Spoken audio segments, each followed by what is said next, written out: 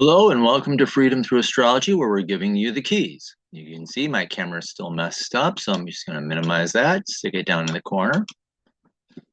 And this is freedomthroughastrology.com. I'm your astrologer. My name is Donald Patak. There's my contact information, standard YouTube copyright. And I apologize for this being way later than I want to get these out on Sunday, but I was floored with a brutal migraine from either the nor'easter that was hitting the East Coast because I am pressure sensitive, or sunspots, or a combination of thereof, and whatever else. So some of this is already past, but I think we can still learn from reflection. So I'm going to do it as a full weekly forecast. And keys to the reading. First of all, I read astrology differently, and here's how. I do constellation-based astrology, sometimes called true sidereal. Fancy way of saying astrology by the visible sky, because in ancient times, astrologers were astronomers and they read the planets in the constellations where they were. Tropical astrology fixed the signs to seasons. Hasn't looked like that in a long time. So I'm reading this astrology the way I believe the ancient astrologers would have read it. And in doing so, in the zodiac belt, this gives me 13 signs to work with. Between Scorpio and Sagittarius, there is another sign called a fucus. It's a symbol of the wounded healer. The symbol is that I have a person holding a snake by the head and the tail. The snake in ancient times symbolized knowledge, holding it by the head and the tail, control of knowledge or use of knowledge, and using it ideally to heal yourself so you can heal others with similar wounds. That's the sign that was removed. And I do use the natural size of the constellations because Mother Nature, Gaia, whatever you believe in her wisdom, and when the physical universe was created, made them all different sizes. Virgo in her full glory is just under 50 degrees. We'll be dealing with Libra and Scorpio. Libra this week, Scorpio next week. Neither one of those are bigger than 25 degrees. So my constellations, all different sizes. And from my training with Athen Shementi, I learned about astrological midpoints because he was zooming in actually on, I can't remember what program it was, but he was zooming in and he got to the IAU boundary and he noticed that it put stars from Scorpio into a fucus. Well, stars from Scorpio should be read with Scorpio. So he looked at the zodiac belt, last bright star of Scorpio, first bright star of a fucus. What's the halfway point? And made that a new boundary. I like it. It feels a little bit more accurate to me. So I do use those midpoints as opposed to the IAU boundaries because those boundaries are kind of arbitrarily drawn. Keys to the reading part 2, and this deals with interpretation. First of all, I read what's called evolutionary astrology, meaning that the planets and signs, even in the houses, are lessons to learn. They're offering you an ideal outcome and what I call the shadow, which is you decide not to or take a different path. You have freedom of choice. Some astrologers are very fatalistic in the way they interpret it. This is going to happen and you just deal with it. I believe in a high road, low road. So I will always offer you the choices. This is the weekly edition. So these are universal lessons for all your fellow ground travelers here, or earth travelers. So do have some compassion on each other. My dates and times are based on the Eastern U.S. time zone, as I do live outside of Buffalo, New York. If I really felt ambitious, I could probably walk there. Not happening. And I'm operating within 1 degree of being exact. That makes it manageable. Some weeks there's fewer, some weeks like this week there's a whole lot. But if I operated within a wider, what they call orb, like this week's would be so overwhelming that I would be confused and you'd be completely lost. So I'm working when the transit will be the most intense and you'll be most aware of it. And the software that I use is Capricorn by Prometheus. So our weekly transits, this is just a summary for the week of October 13th through the 19th, 2025. We do have the sun in Virgo still. Gonna be carrying it here for a long time. The moon begins the week in Gemini and ends in Virgo. And this is gonna be kind of interesting because that helps to flavor the theme of the week, which I'll cover in a moment. And we do begin the week on Monday with the last quarter moon in Gemini, and that actually is exact around 15:10 Eastern time or 3:10 in the afternoon Eastern time. And we do have a sign change. Mercury is now entering Libra, and we'll cover what that means.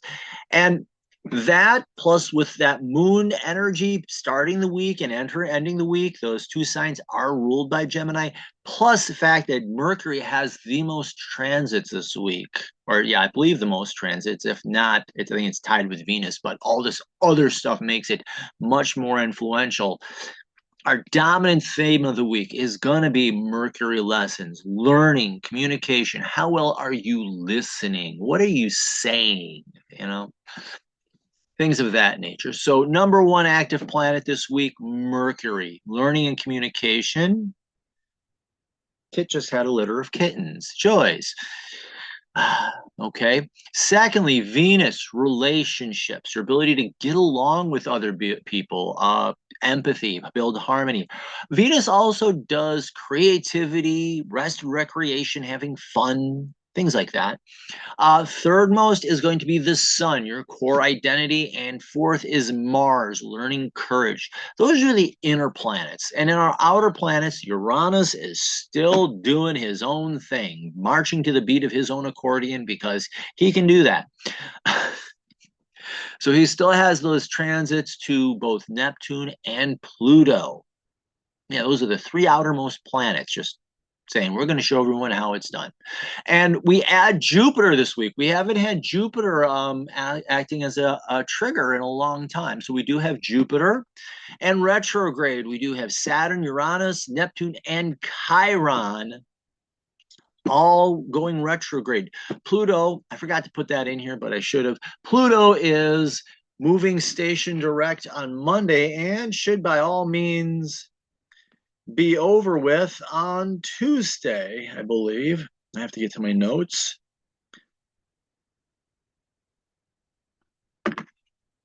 There we go. And so here we go. Let me get my doodle tool going.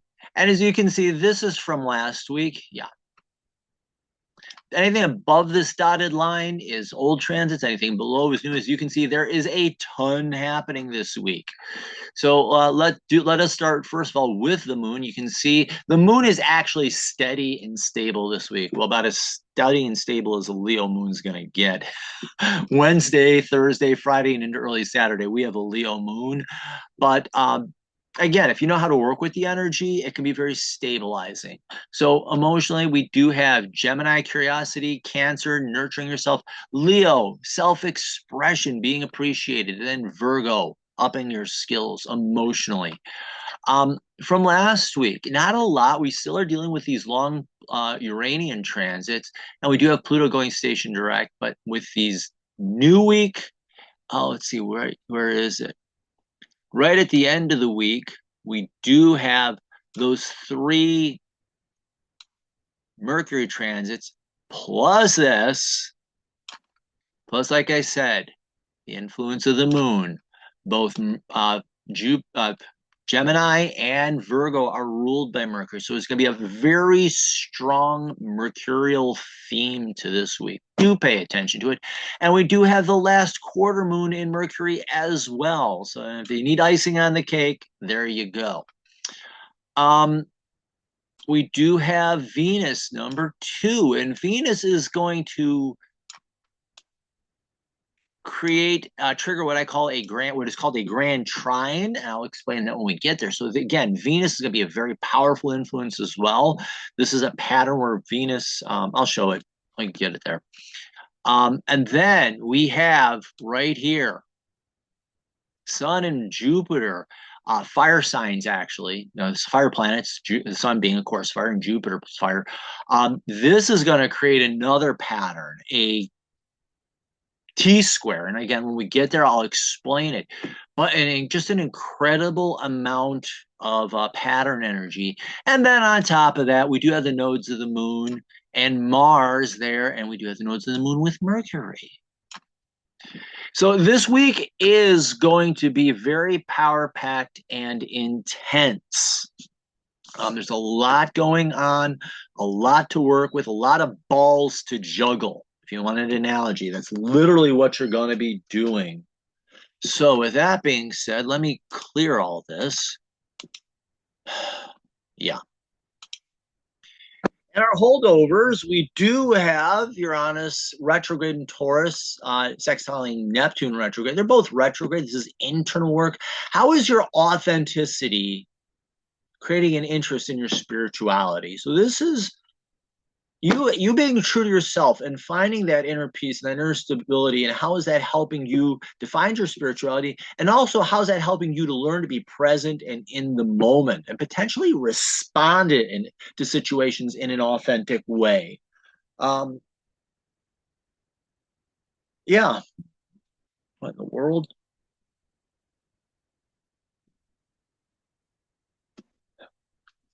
I really should put my phone on do not disturb. Okay, sorry about that. But we do have that. So, learning who you are at heart does help you. And awareness of your individuality and the individuality of others helps you, find a sense of unity. Neptune in Pisces, don't just do something, be there. I like the way Stephen Forrest says that. You're really learning to be present and in the moment, and you're responding as an authentic person. Now, the shadow here, Uranus, can either sell out or act out. In any way, it's a lazy way out. Um, Shadow of Taurus can be laziness, but Taurus can also be the bull in the china shop. The Taurus, they got a slow temper, but man, when that thing explodes, it explodes big. But nonetheless, being inauthentic, and how is that creating a fantasy, illusion, delusion? How is that creating confusion? I don't know if I could get another rhyme in there, but being this false person can have you feeling alone and isolated. And that's going to go in between now and December. It actually started back in August and will be running to December. Should be getting an exact on that sometime soon. And back in August, this will be ending soon as well. Uranus and Taurus trining Pluto. They're both retrograde. I have to fix that up.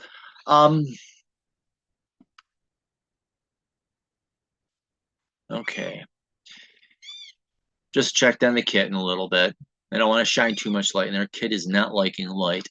But we do have Uranus and Taurus, again, being that authentic person and finding the peace, strength, and stability that comes with that. And how is that helping you with your inner transformation, your inner healing, and doing the work of that healing?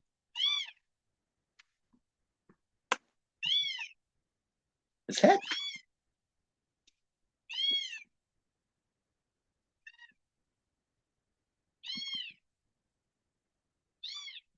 I wonder if she was huge. There was 3 kittens. Holy cow. Are you carrying more, girl? You need to get in there. I know they're a little overwhelming. But nonetheless, how is being authentic helping you with inner healing and inner transformation? And how is that helping you, finding that peace, helping you to do the work?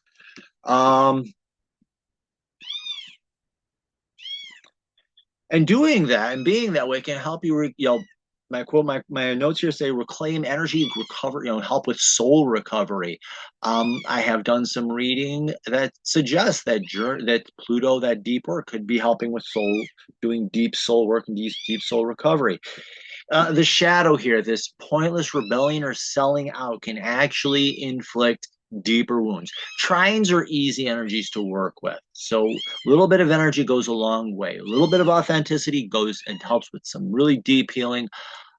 Being really fake causes deep wounding. And that's whether you're acting out or selling out. Really, you're hurting yourself first and the most. And that can deepen isolation and loneliness. Ending on Tuesday, which is the day I'm recording this. It took me all day yesterday on Monday to even get the newsletter out.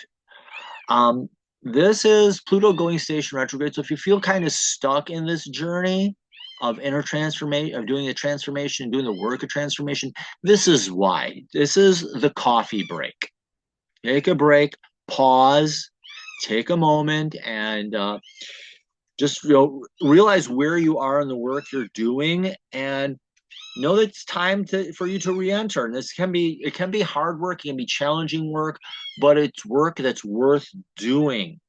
And creating that inner persistence can help you with persistence helps you build self-discipline and helps you do that deep healing and heal your personal values too. I think one of the I don't talk about it enough, but Capricorn does deal with your values in a way, and I think transforming your values and doing the work of it. But shadow here is slipping into a cynical or nihilistic attitude to result in feelings of isolation, loneliness, and bitterness. Life can seem like a self-created prison and a sentence to be served in total loneliness. This is you've created. That's 3 kittens. This is you putting yourself in solitary confinement. All right. And last but not least, from Sunday, we have the moon entering Gemini. Moon entering Gemini, emotional curiosity. Let go of old ideas and open up to new information and insights. Expect information from anywhere. Be open and up to surprises. Things are not always as they seem. Don't judge a book by its cover. We all know it, but how often do we do it? Being distracted and being scattered with your focus can help you feel disorganized, purposeless, and lead to you feeling lost. And not paying attention means missing opportunities. From Monday, Venus in Virgo is opposite Neptune retrograde. This is a relatively fast transit, actually. And remember, Venus deals with relationships, your creativity, rest, recreation, having fun. But in opposition's a time of reflection. Neptune being present, your spiritual journey. How is your being with others helping you with your, reflect on that? How is being with others helping you on your spiritual journey, helping you with your creativity, helping you with having fun or just chilling out? It's also a time of balance too. Oppositions can be balanced. So there's that. Yeah, how are they helping you find a sense of harmony and unity? And especially with Neptune retrograde, this is inner harmony. And you feeling a sense of inner unity with yourself, with others as well. The shadow here, Venus, is slick, manipulative, lazy, and this can lead to imbalances. The shadow of the opposition is imbalances, and your life can get caught up in a swing set of self-deluding fantasy. Relationships can be shallow, empty, and self-criticism create the image of a self-made martyr. You can very much make yourself try to make yourself look like the victim here. And it just turns into I'm not say a horror story because it's not, but it's deluding. You're self-delusional here. In the afternoon, we do have the last quarter moon in Gemini, which is the sun in Virgo squaring the moon in Gemini. So the sun in Virgo is you learning to improve yourself, become more skilled. Moon in Gemini here is that emotional curiosity. So how is this emotional curiosity strengthening? Letting go of old ideas, grabbing onto new ones. How is that strengthening your core idea and helping you to become a better version of yourself? How is that helping you heal and strengthen who you are at heart by letting go of old ideas? Also, learning new insights can help you pay attention and focus on being improved. These whatever emotional insights you gain can help you become a better version of yourself. The shadow here, and remember, squares are about strengthening. So this emotional insights are helping strengthen who you are at heart. The shadow here is that square becomes a crushing burden, and this being emotionally distracted, pulled in many different places all at the same time, becomes a crushing burden and can drag you down in an endless cycle of worry and feeling lost about who you really are.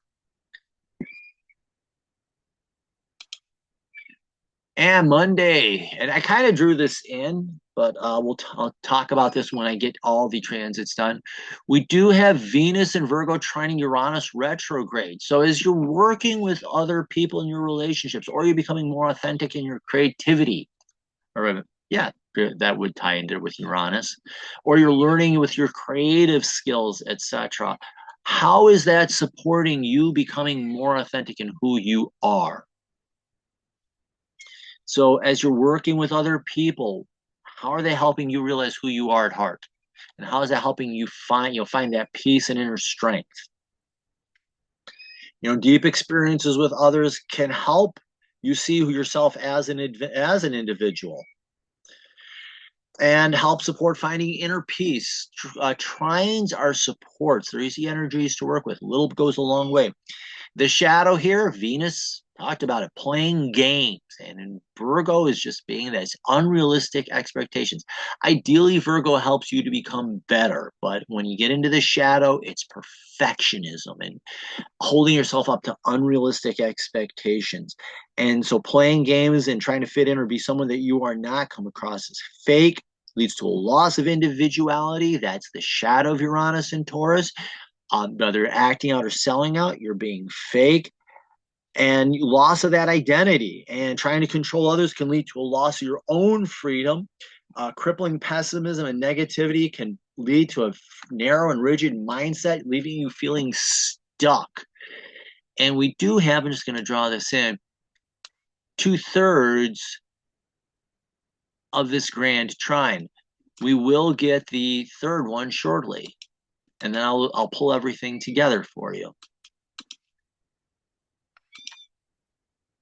Monday, yeah, Mars and Libra is trining the North Node in Aquarius. It's trining and sextiling, but we'll talk about this again. Trying that support, little energy goes a long way.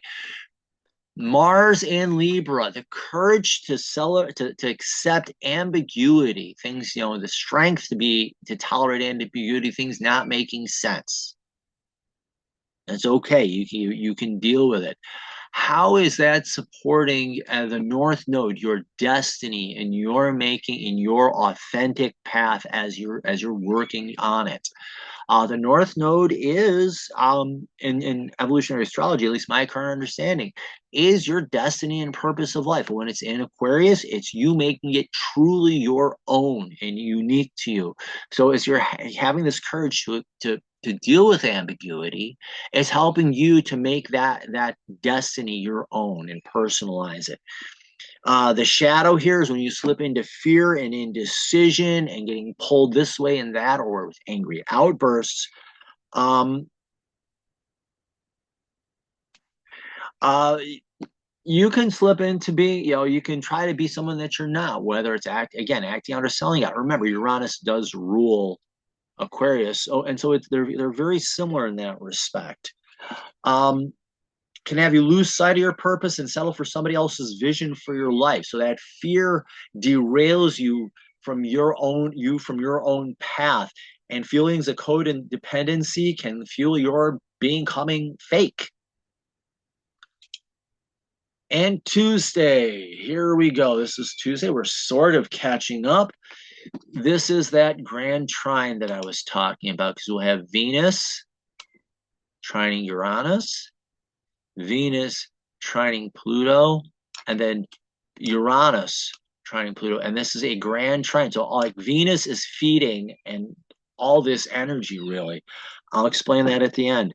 But Venus trining Pluto, how is working with others helping you to face and heal old wounds or face your deepest fears? Building harmony or empathy for others can help you to reclaim energy. Having a desire to prove can help build integrity and a sense of achievement. Pluto is going to be going fully forward at the end of this day too.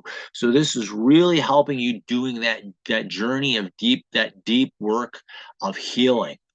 And a grand trine, what makes this a grand trine is we have Venus trining Uranus and trining Pluto, and Uranus is also trining Pluto. So these three energies are all like really feeding each other. And I'm going to say the most, what's receiving the most really here is right here, Pluto, this deep healing. And the other thing you're dealing with is these are all earth energies here. Virgo, Mother Earth, Taurus, the Earth, Capricorn, that grand, that mountain goat, climb, taking ideas or inspiration and climbing the mountain and making them real. But yeah, you have this earth energy, this solid foundation of authenticity. And then it's the earth here, the work. Virgo is a worker doing that work and becoming stronger in relationships and your ability to work with others. This all feeds Pluto, the healing journey, that deep soul work, and doing that deep soul work. And it's to be a very powerful and intense moment. The shadow here, and Venus gets slick and manipulative. And when you're doing that and you're being fake, it feeds deeper wounds.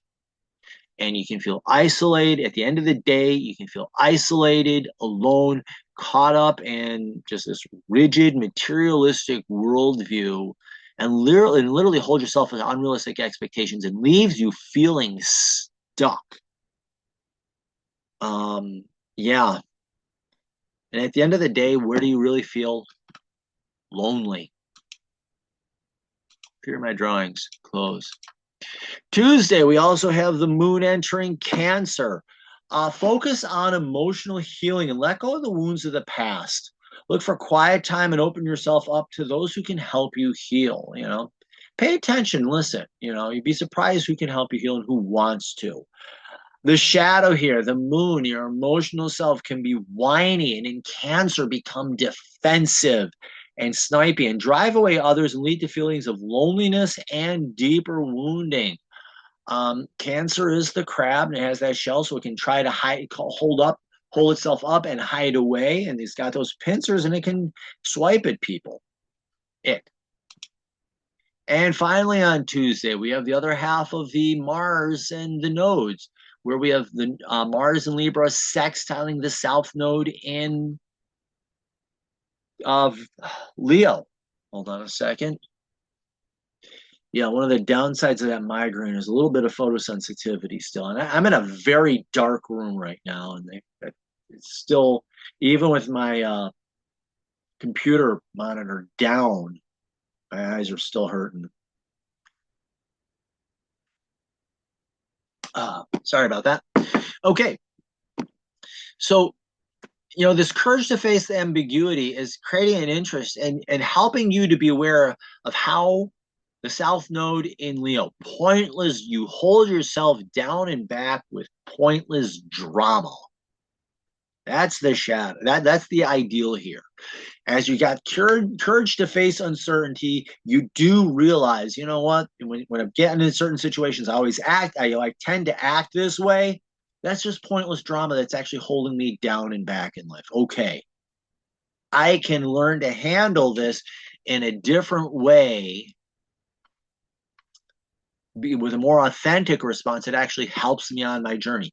South Node, how you hold yourself back with the shadow of the sign. Now, when you fall into shadow here, when you fall into that fear and you become indecisive or pulled out of balance, the pointless drama rears its head up and it pulls you away from your authentic response, and instead you become someone fake.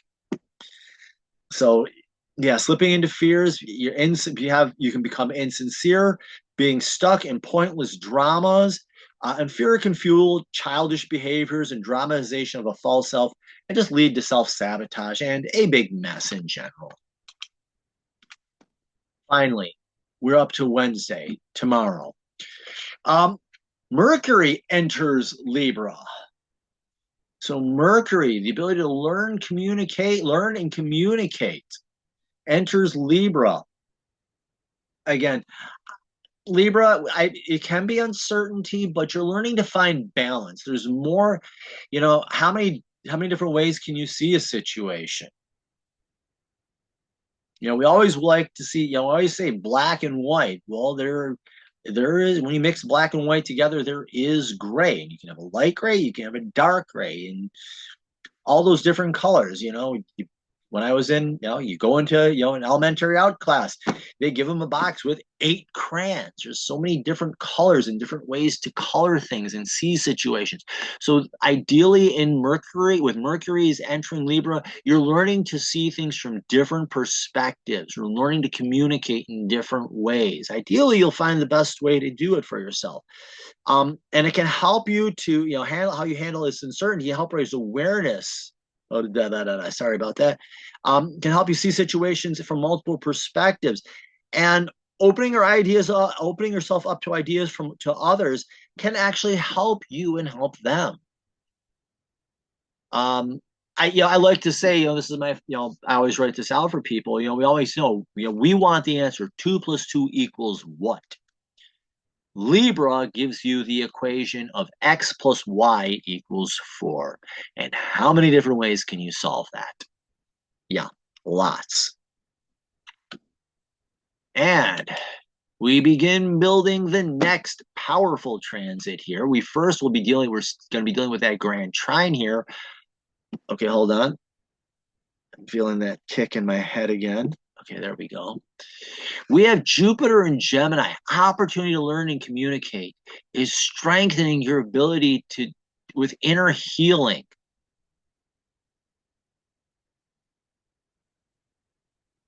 And like I said, a square is a challenge that's designed to strengthen you. So as you're opening up to taking that opportunity and finding the confidence to accept new information and new insights, and explore. Yeah, Jupiter loves to explore. Rule Sagittarius, I would say that. So yeah, how does that help you with your inner healing, especially healing on that spiritual level or that deep healing? And how does it help you to release the wounds of the past? Hold on. Yeah, being able to open your mind can strengthen your ability to transcend the moment and release old wounds.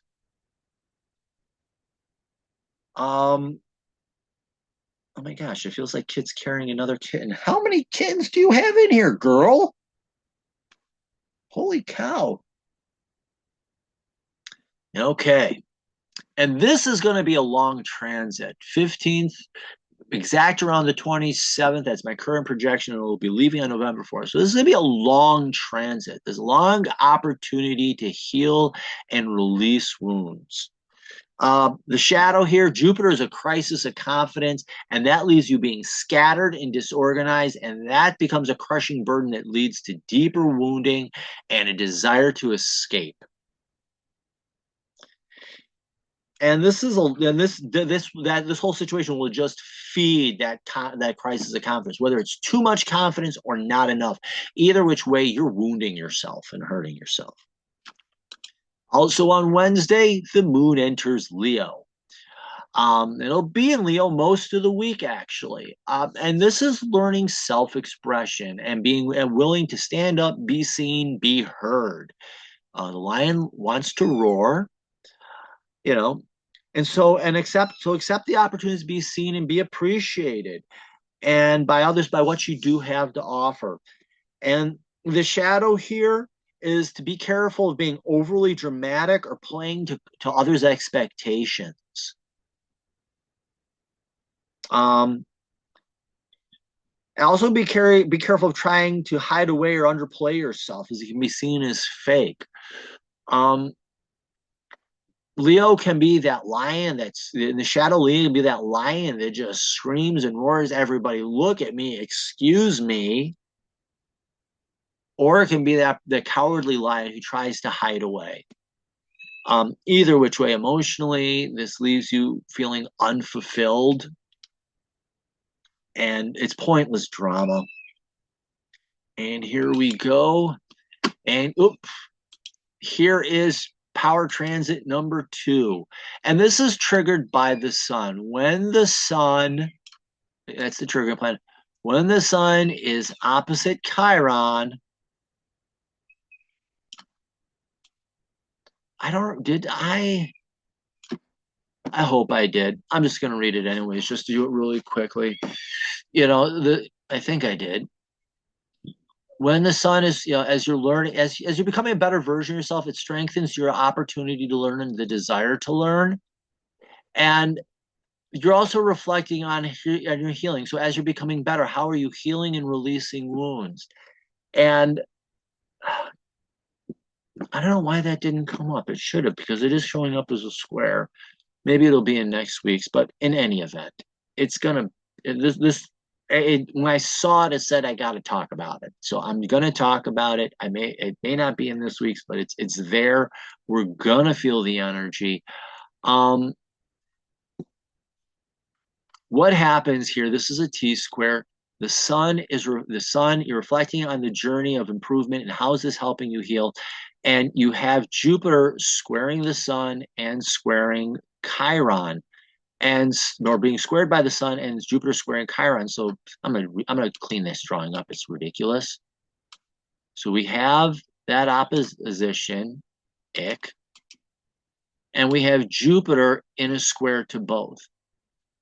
Ideally, this strengthens what's going to be. Jupiter's caught between a rock and a hard place. And ideally, what happens here is this strengthens the opportunity to learn and creates opportunities to learn, and strengthens your confidence. This whole reflection on healing ideally is strengthening your confidence and your self-confidence. The shadow here is you're holding yourself to unrealistic expectations, which creates deeper wounds. It can create a power struggle, and you can be looking at yourself and thinking, I'm never going to heal these wounds. You're only going to get deeper. I can't get better, which feeds a crisis of confidence, whether it's too much confidence or not enough, or say, I don't have to worry about these wounds. I can run a marathon on a broken leg and a sprained ankle. Like, try it. Go ahead. Let's see how fast you lose. Pardon my sarcasm there. But it feeds a crisis of confidence and damages your ability to learn and communicate. So there we go. And Thursday. Here we go on Thursday. There we go. That's Wednesday, Thursday. Mercury in Libra is trining the North Node. So we're actually just talking right now. Oops, come on, doodle tool. We're talking about this part of it. As you're learning to be more open-minded, how is that supporting this authentic journey? You remember, the North Node is your purpose or destiny in life. And in Aquarius, it's you making it your own and more personalized. How is being open to all this different information helping to support that personalized journey?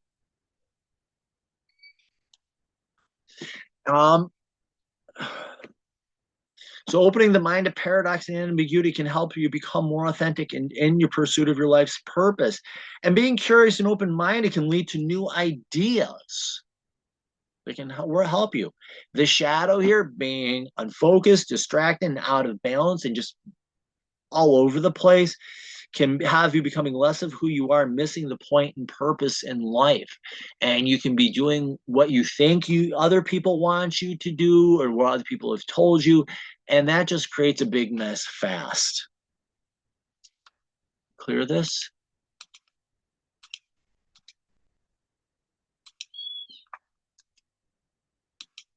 I missed something. Boy, did I miss something. There we go. And Friday, we add the other half, which is, oops, it did not. I really do need a new mouse. There we go. Again, how is being open-minded? How are you as you're taking a look at these new ideas, how are you becoming, and how is this creating an interest and awareness of how you held yourself back? It's like, hey, you got this new information, new idea. Whoa, wait. Oh man, I used to hold myself. That's how I hold myself back, and that's that old pointless drama rearing its ugly head again. And you know what? I can deal with that in a different way. So as you gain these new insights and ideas, it creates an interest in you getting over this old, pointless, meaningless drama, and holding yourself back with it and holding yourself down. So it's almost like you're creating more of an awareness of it. And these new information and these new insights that you're gaining from here, there, and everywhere is helping you to be able to leave these situations behind. The shadow here is getting out of balance, and you can be so open-minded that your brain falls out, or you can become so distracted and so disorganized that that old drama just rears its ugly head again and pulls you off your path and away from your purpose. And being like, what do I have here? Yeah, being mentally rigid and defensive can lead to reliving the problems of the past and playing it out in meaningless and childish drama. Insincerity can reign, mislead you and others on so many issues in life. Yeah, this is just creating a big mess fast. You know what I mean? That's right. You got to clear the doodles. Close. Close again. Thank you. Saturday, the moon enters Virgo. Like, we need more Mercury energy, but we're going to get it. It's Mercury rules Virgo. But yeah, moon, emotionally open up to opportunities and how to improve and learn new emotional skills. See this as a time to learn and accept responsibility for what you're feeling. Accept responsibility for how you're feeling and what you're feeling. The shadow here is you're being overwhelmed by worry or being too self-critical, and this can lead to pessimism, moments of inaction. It just drags you down fast. And on Saturday, our final transit, we have Mercury conjunct Mars in Libra. This is interesting, 18th, 20th, and 21st on this, yeah. It's exact early on the 20th, and then I think it leaves late on the 21st. That's why those dates are so close. But as you're getting this information and insights, it's helping you to find courage. How is being more open-minded helping you to find the courage to accept these uncertain situations? And how's it helping you to shift your paradigms and open your mind up and shift your perspective? And how's that helping you to get the courage to do that as well? Being assertive, defending your boundaries can work to strengthen your ability to work with these uncertainties. Yeah, healthy boundaries can be good for you, actually. But learning to have courage and be assertive. I don't know all the answers, but you know what? I can be open-minded enough to listen to these different ideas, and who knows, maybe something good will come out of it. The shadow, being scatterbrained, feeds to fear and indecision, and pulls your life out of balance, blinds you to what's going on in the world around you. And this mental confusion can fuel fear and uncertainty and just keep you going and out of balance. And then that leads us to Sunday. Take a breath. Remember to exhale. Repeat. We get a little pause before the new week starts. Yeah, there is a lot going on this week, a lot of energy, a lot to deal with. But you know what? As I tell people, you know what? The universe gives us to us divine, whatever you believe in, allows this to happen because it knows that we can have it and we can handle it. The universe never gives you a situation that you can't handle at some level. Some people are just learning to count, and some people are doing differential equations. Depending on where you are in life, that's good for you. So do take that breath. Remember to exhale, repeat, maybe watch some rugby, So do follow me on social media if you like this. I am on Facebook, Instagram, and YouTube. That's where you'll find this video, actually, most likely. So do like and follow me there. Also, there's the digital soul space. There's a free version and a paid version. Free version gets you limited access to the site. Full version gives you access to everything. And it's only like $1.99 a month. And you're saying, gee, that's a lot of money for some people. These organizations are making billions of dollars off of your data, and you are probably not getting anything. Digital Soul Space is hosted on the Mighty Networks, and they let you control your data. What gets shared, how it gets shared, and even, hey, you can share my data, but only anonymously so that they can't pin it to you. And it's Soul Space is really cool because I do astrology on there, but we have people doing crystals and tarot and oracle decks and a wide variety of spiritual traditions, from the First Nations and indigenous to Wicca, varying forms of witchcraft, Nordic myth, the Nordic mythos. What else? I've seen people talk about the Greek pantheon a little, I think. My mind's going all over the place right now. You got wonderful Mercury, but there's so many different things on here, and I'll potions, etc. You name it, it's on there. And if it's not, someone will answer for you. It's a safe space to go where you can ask questions and everybody will welcome you. There's no trolls, no bullying. We got 4 moderators that make sure of that. And yeah, they have kicked people up. I haven't remember anybody being booed in a long time. So there's that. Readings and packages. If you want to see how your chart changes under True Sky Astrology, go with the quick 6. I hit 6 key points that become the foundation of the birth chart and the natal chart. But yeah, I give you 6 key points to help you get an idea, just to see how things are different in your full birth and natal chart. In evolutionary astrology, this is your birth contract. This is who you came to become. So it's not who you are. It's your end goal in life. So I'm telling you, like Stephen Covey says in the 7 Habits of Highly Effective People, begin with the end in mind. Your birth chart is your end all goal. It's the person you came here to become. I also do a karmic or a past life reading. If it's a past life, this is a past life that you had that created trauma that you came here to heal in this life. If you believe in karma, it's just you have a one and done. This is a special lesson you came here to heal. But either which way, if there's a pattern that keeps reoccurring in your life, this can help you see what it is and help you understand how to heal it and release it. And I also do the horoscopes. I do yearly, any 12 calendar months in a row, 3 months, any 3 months in a row, or 1 month, which I will do beginning of the month to the end, or new moon to new moon. That new moon cycle is, that's the natural order of things. And I do have packages which are at 4 different levels, which 4 different combinations, and they have a 10% discount built in, which is nice. So thank you, like, follow, share. On my website, when you go there, you get a pop-up that's for a newsletter. It's once a week where I send you all this information out in advance, ideally. And you get other insights as well that I don't normally share in the video, or that you will get first before the video is even released. And if you close that out, in the upper right-hand corner, you'll see a black box that says subscribe. Click on that, takes you to a page. All I need is an email address. It's a once a week newsletter. So thank you, like, follow, share, and remember, in the visible sky, your life changes. I apologize again for this being late, but it was that bad of a migraine. It's one of the worst ones I've had in months. Thank you very much. Have a great week.